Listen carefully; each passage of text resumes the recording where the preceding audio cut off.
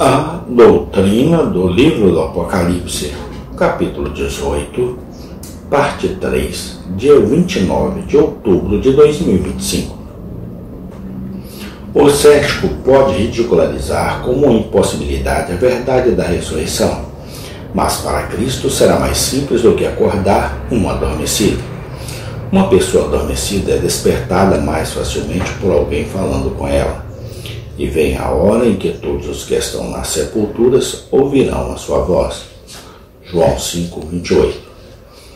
Além dessas expressões figurativas, que tão manifestamente retratam a inocuidade da morte, Deus fez muitas declarações claras em sua palavra para o conforto e segurança de seus santos.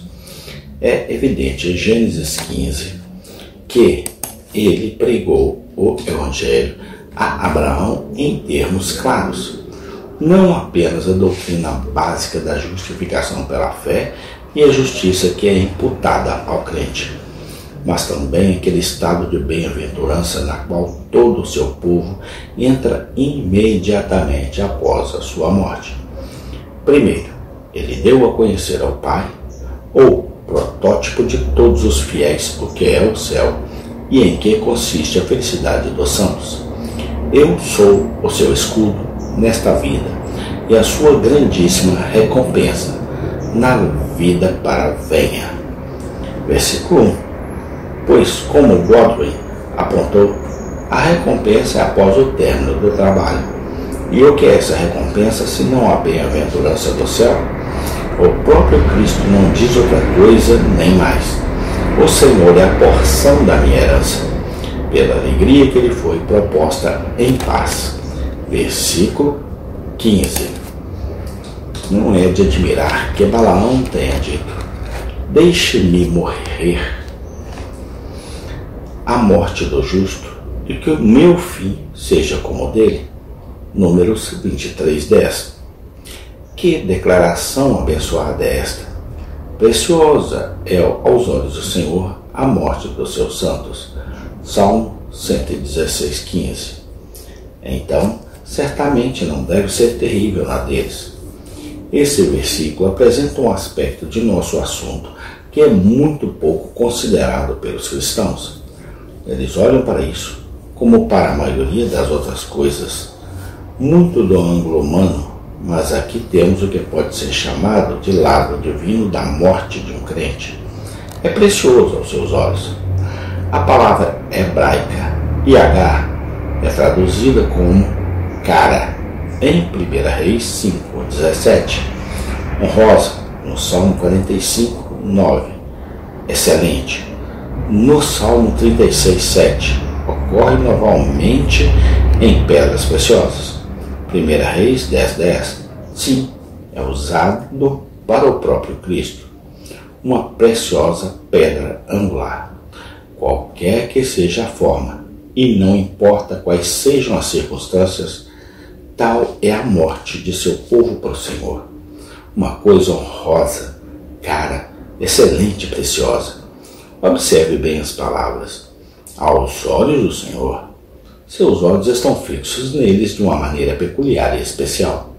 A morte deles é preciosa para ele porque os liberta do pecado e da tristeza, porque é santificada por sua própria morte por eles, porque é levar a sua presença imediata àqueles em quem ele colocou o seu coração desde toda a eternidade, porque eles são os troféus de sua própria vitória, e porque eles entram no gozo do seu Senhor. Nos versículos finais de 1 Coríntios 3, várias coisas são mencionadas como pertencentes aos filhos de Deus. Todas as coisas são suas. Paulo, Apolo, Cefas, o mundo, a vida, a morte, as coisas do presente ou as coisas vir. Todas são seus. Essas palavras foram dirigidas primeiro para envergonhar alguns que buscavam a preeminência na casa de Deus e cujas afeições estavam muito voltadas para as coisas da terra. No entanto, eles estão cheios de instrução e conforto para nós hoje. O ministério dos servos de Deus, as coisas que Deus providenciou para nós no mundo, vida ou morte, são igualmente nossos. A morte é nossa não como castigo e maldição, mas como privilégio e bênção. É nosso não como inimigo, mas como amigo. É nosso amigo conquistado e não deve ser temido, pois não tem força nem é aguilhão para nos prejudicar. Cristo, nosso capitão vitorioso, o desarmou de ambos. Ele a aboliu, tornou nulo e sem efeito a morte. 2 Timóteo 1,10. A vida e a morte são administradas por Deus para cumprir seus desígnios graciosos para com seu povo. A morte é deles porque participam dos triunfos de Cristo sobre ela, porque favorece seus interesses e ministra o seu bem-estar, porque é um meio de sua vantagem inexprimível, removendo-os de um mundo de males, conduzindo-os a um mundo de glória e felicidade. Que palavra é esta? E ouvi uma voz do céu que me dizia: escreve, bem-aventurados os mortos que desde agora morrem no Senhor. Sim, diz o Espírito, para que descansem de seus trabalhos e de suas obras. Siga-os. Apocalipse 14:13. Aqui estava uma revelação especial e imediata do céu. Deveria ser colocado em registro imperecível para o conforto dos crentes até o fim dos tempos. Bem-aventurados os mortos, assim pronunciado por Deus, felizes em si mesmos.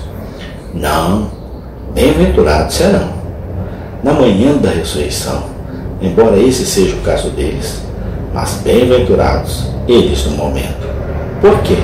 Porque morrem no Senhor, conscientes ou não do fato, morrem em união e comunhão com Ele, com seus sorrisos de aprovação repousando sobre eles.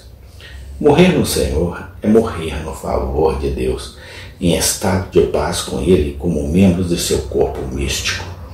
Mas eles são abençoados a partir de agora, sem demora ou cessação, o que imediatamente desmente sua recaída em um estado de total inconsciência.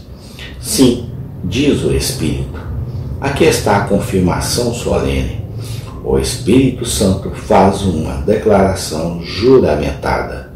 Eles descansam de seus trabalhos, não apenas as labutas de seus chamados temporais, mas seus conflitos com o pecado, e suas obras os seguem. Continuamos emprestando alguns pensamentos, embora os revestindo, principalmente em nossa própria língua, dos conselhos de Boston sobre por que um cristão deve ser reconciliado com a morte e como se preparar para isso. Alguns temem a perspectiva de deixar para trás suas esposas e filhos neste mundo frio.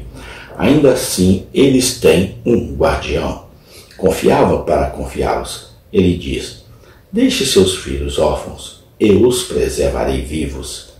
E suas viúvas, confiem em mim. Jeremias 49:11. Mas a morte me afastará dos meus amigos mais queridos. É verdade, mas ela o conduzirá ao seu melhor amigo. E se aqueles que você deixa são filhos de Deus, você os encontrará novamente no céu. Mas a aproximação e as dores da morte às vezes são muito terríveis. Amém. Tem continuação. Obrigado a Deus por tudo que o Senhor tem feito por nós. No nome do Senhor Jesus Cristo. Amém.